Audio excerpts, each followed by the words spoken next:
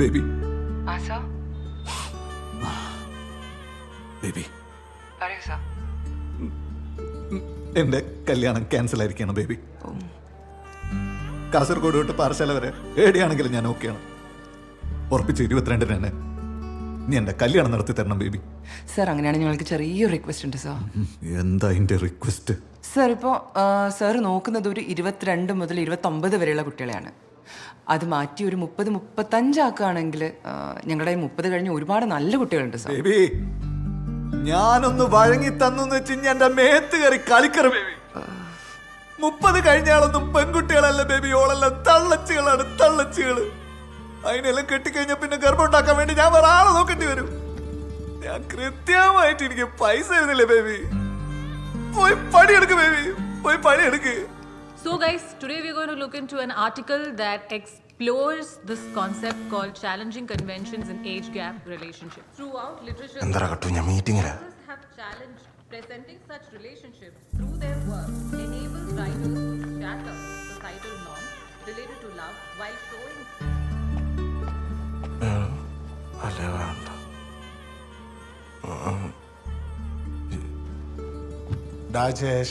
നീ തിരക്കിലാണ്? എന്നെ കണ്ടിട്ട് എനിക്ക് തോന്നുന്നുണ്ടടാ ഞാൻ തിരക്കിലാന്ന്. നീ ഒന്നിങ്ങ് വന്നേ, ചെറിയൊരു പ്രശ്നമുണ്ട്.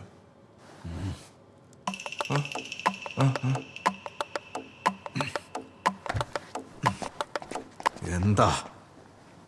നീ കുണ്ടനല്ലടാ?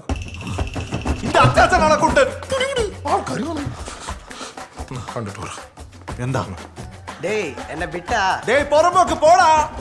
ഇനി ഇവിടുന്ന് സേഫ് അല്ല, ഇങ്ങോട്ട് വന്നേ. റെഡിയാണല്ലോ? നോക്കിപ്പോ വരും.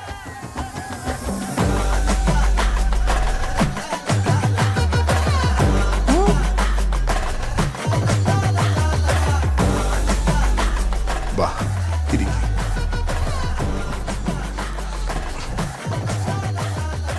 ദാഹിക്കുന്നുണ്ടല്ലേ? കുടിക്ക്. ഇപ്പൊ എങ്ങനെ ഇരിക്കണ്? നമ്മുടെ പാർട്ടി പങ്കെടുത്ത കംപ്ലീറ്റ് ചെക്കന്മാരെ നീ ഇവിടെ ചുമ്മാ വയ്ക്കുന്നുണ്ടല്ലോ. എത്ര പെണ്ണുങ്ങളുണ്ടായിരുന്നു അവിടെ? ഏതേലും ഒന്നിട്ട് നീ പോയാ? നീ ഇവിടെ ചുമ്മാ വെച്ച ചെക്കൻ ആരാന്നറിയോ? LGBT എടാ ഞാൻ കള്ളിന്റെ പുറത്ത് അറിയാണ്ടെന്തെങ്കിലും ചെയ്തു പോയതായിരിക്കും. ഇനി എല്ലാം കൂടെ വീഡിയോ പിടിച്ച് ബാക്കിയുള്ളവരായിട്ട് നാറ്റിക്കുക. ഇന്നെ പോലെ തന്നെ വേണോടാ ചങ്ങായിട്ട് കൊണ്ട് കിടക്കാൻ. സോറി മാൻ, ഞാൻ നിന്നെ മോശക്കാരനാക്കിയതല്ല, നിന്നെ വെളിപ്പെടുത്തിയതാണ്. കഴിഞ്ഞ 8 കൊല്ലമായിട്ട് ആ ഗോപി ഒഴിച്ച് നീ കണ്ട വേറെ ഏതെങ്കിലും ഒരു പെണ്ണെ നിനക്ക് ഇഷ്ടപ്പെട്ടോ? പറ. ഇല്ല. എനിക്ക് സംശയം പണ്ടുണ്ട്. കാരണം നീ ഒരു കുത്തുസീഡി കാണാറില്ല. ഞാനെന്നെ നടുപ്പേജ് നീ കീറി നോക്കാറില്ല. പെണ്ണുങ്ങളെ കാണുമ്പോ നീ വികാരഭരിതനാവാറില്ല. ഓറെ വേണ്ടപ്പെട്ട സ്ഥലങ്ങൾ, എന്തിന് വേണ്ടാത്ത സ്ഥലങ്ങളിൽ പോലും നീ നോക്കാറില്ല. പണ്ട് മമ്മൂക്ക പറഞ്ഞ പോലെ ഗ്രഹണം ബാധിച്ചാലും അതിനൊരു സമയമുണ്ട് സാർ. സൂര്യൻ ഒരു നാളെ കറുത്ത മറന്നേക്ക് പുറത്ത് വരും. അങ്ങനെ മറന്നേക്ക് പുറത്ത് വന്ന കുണ്ടനാണോ നീ? കുണ്ടൻ. അതെ, ട്രസ്റ്റ് മീ.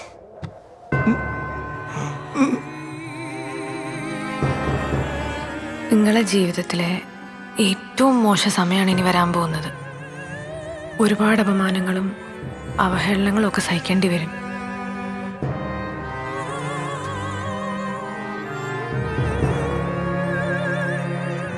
ഗ്രഹണം ബാധിച്ചാലും അതിനൊരു സമയമുണ്ട് സാർ. സൂര്യൻ ഒരു നാളെ കറുത്ത മറന്നേക്ക് പുറത്ത് വരും. അങ്ങനെ മറന്നേക്ക് പുറത്ത് വന്ന കുണ്ടനാണോ നീ? കുണ്ടൻ.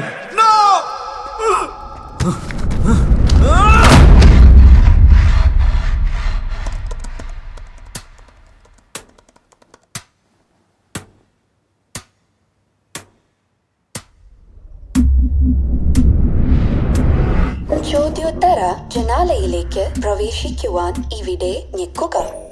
നിങ്ങളുടെ ലൈംഗിക താല്പര്യങ്ങളെ സംശയത്തോടെ നോക്കിയിട്ടുണ്ടോ? നിങ്ങളുടെ അതേ ലിംഗത്തിൽ പെടുന്ന ആളെ ചുംബിച്ചിട്ടുണ്ടോ? എതിർ ലിംഗത്തിലൊരു പങ്കാളിയെ കണ്ടുപിടിക്കാൻ ബുദ്ധിമുട്ട് തോന്നിയിട്ടുണ്ടോ? LGBTQIA+ വിഭാഗത്തോട് എപ്പോഴെങ്കിലും മമത തോന്നിയിട്ടുണ്ടോ? നിങ്ങൾക്ക് നേരായ ലൈംഗിക ചിത്രങ്ങൾ കണ്ട് അറപ്പ് ഉളവായിട്ടുണ്ടോ? ഉത്തരങ്ങൾ പരിശോധനയിൽ ആണ്. കാത്തിരിക്കൂ. അഭിവാദ്യങ്ങൾ. നിങ്ങളൊരു സ്വവർഗാനുരാഗി ആവാനുള്ള സാധ്യത തെളിഞ്ഞു വരുന്നുണ്ട്. നിങ്ങളെ കല്യാണം നടക്കുക ഒരു അസാധാരണ സാഹചര്യത്തിലായിരിക്കും. അതൊരാണാവാം, പെണ്ണാവാം, എന്തു ആവാം.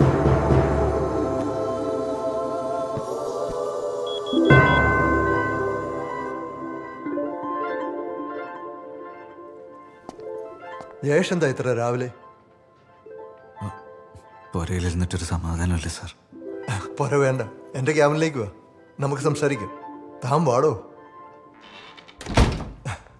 ഞങ്ങൾ കുറച്ച് പേരിവിടെ ഉണ്ടായിരുന്നു. നീ തേടേണ്ടത് തേടിയില്ല, കാണേണ്ടത് കണ്ടില്ല. ജയേഷിന് ഓർമ്മയുണ്ടോ? ജയേഷ് ഒരു ദിവസം പൂക്കൾ നിറഞ്ഞ ഷർട്ടിട്ടുകൊണ്ട് വന്നത്. ഇളംകാറ്റ് ജയേഷിന്റെ മുടിയിലൂടെ തട്ടിത്തടഞ്ഞു പോകുന്നുണ്ടായിരുന്നു. അന്ന് ഞാൻ തീരുമാനിച്ചതാ, ഈ നായരുകുട്ടിയെ ഒരുത്തിക്കും ഞാൻ വിട്ടുകൊടുക്കില്ലെന്ന്. ഓൻ എന്റെയാന്ന്. സുഹൃത്തായിട്ട് കണ്ടൂടെ? സുഹൃത്താണ് ജയേഷ്. ഏയ് എന്നെ ഒന്നും ചെയ്യരുത് സാർ, എന്നെ നശിപ്പിക്കരുത് സാറിന് എന്നെ ഒരു അനിയനായിട്ട് കണ്ടൂടെ? You have no idea how badly I wanted this. ബാബുട്ടാ, no! No, no, no! വേണ്ട, ബാബുട്ടാ, no! Slow? Slow അല്ല ബാബുട്ടാ, no! Okay. No means no! ബാബുട്ടാ!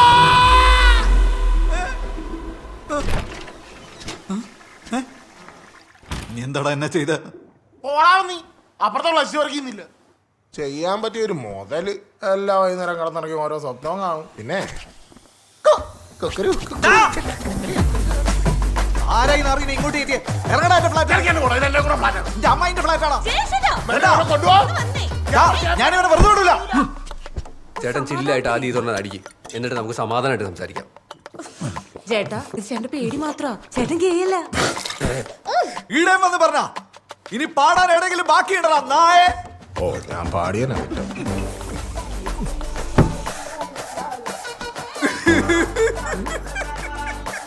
ചേട്ടാ, നിനക്കറിയില്ലേ, ഞാൻ പറഞ്ഞില്ലേ ചേട്ടന്റെ പേടി മാത്രമാന്ന്. ഇതിനൊക്കെ അനുശേഷം പറഞ്ഞാ മതി, ചുമ്മാ ഓരോന്ന് പറഞ്ഞ് പാവത്തിന് പേടിപ്പിക്കാൻ. നീ പോളെ, ഞാൻ പാവമൊന്നുമല്ല. ജയച്ചേട്ടാ, ഇനിയിപ്പോ അങ്ങനെയാണെ തന്നെ എന്ത് പ്രശ്നം ജയച്ചേട്ടാ?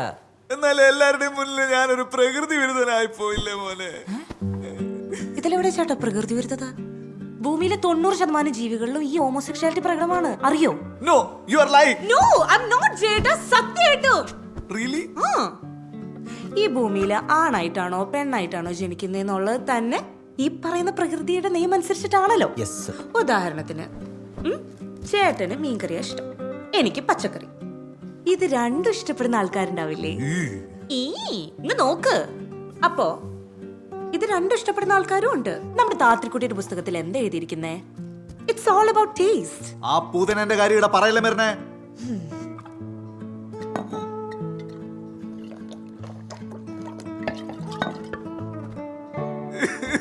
എനിക്കുണ്ടാവുന്ന കുട്ടികളെ പേര് വരെ ഞാൻ കണ്ടുവച്ചതാ മരുന്നേ. ഓൾറെഡി എന്റെ കാര്യത്തിൽ എനിക്ക് കുറെ ഡൗട്ട് ഉണ്ട്. ഇനി എനിക്ക് എങ്ങനെയാണ് കുട്ടികൾ ഉണ്ടാകുക? എന്റെ പൊന്ന് ജയശേട്ടാ, അതിനല്ലേ വാടക ഗർഭ പോലത്തെ കാര്യങ്ങളൊക്കെ ഉള്ളേ. അപ്പൊ പാൽ ആര് കൊടുക്കും മരുന്നേ? പൊന്നു ജയച്ചേട്ടാ, കേരളത്തിൽ എന്തോരം പശുക്കളുണ്ടായാലും ഒന്നിനെ പിടിച്ച് കറക്കിയാ പോരെ? അതൊന്നും ശരിയാവില്ലടാ. ശരിയാവും. ഒന്നും ശരിയാവില്ല. ഒരു അമ്മേന്റെ പാല് കിട്ടാണ്ട് എന്റെ മക്കള് വളരില്ലേ മരുന്നേ? അത് മാത്രല്ല, ഈ ക്രോസ് ബ്രീഡ് ചെയ്ത പശുവിന്റെ പാലിനൊക്കെ ഏടിയാ മരുന്നേ മിനറൽസ്? ഏടിയാണോ മിനറൽസ്? പശുപാല് കിട്ടിയില്ലെങ്കിൽ നമുക്ക് ആട്ടുപാല് കൊടുക്കണം. ആരെങ്കിലും ഒന്ന് മിണ്ടാണ്ടിരിക്കാൻ പറയാ. എന്റെ പൊന്നനുശേഷം ഒരു 30 സെക്കൻഡ് താ. ചേട്ടാ, അതെല്ലാം വിട്, എന്നിട്ട് ഈ തുറന്നടിക്കും. ചുമ്മാ ചില്ലാവട്ടെ തന്നെ.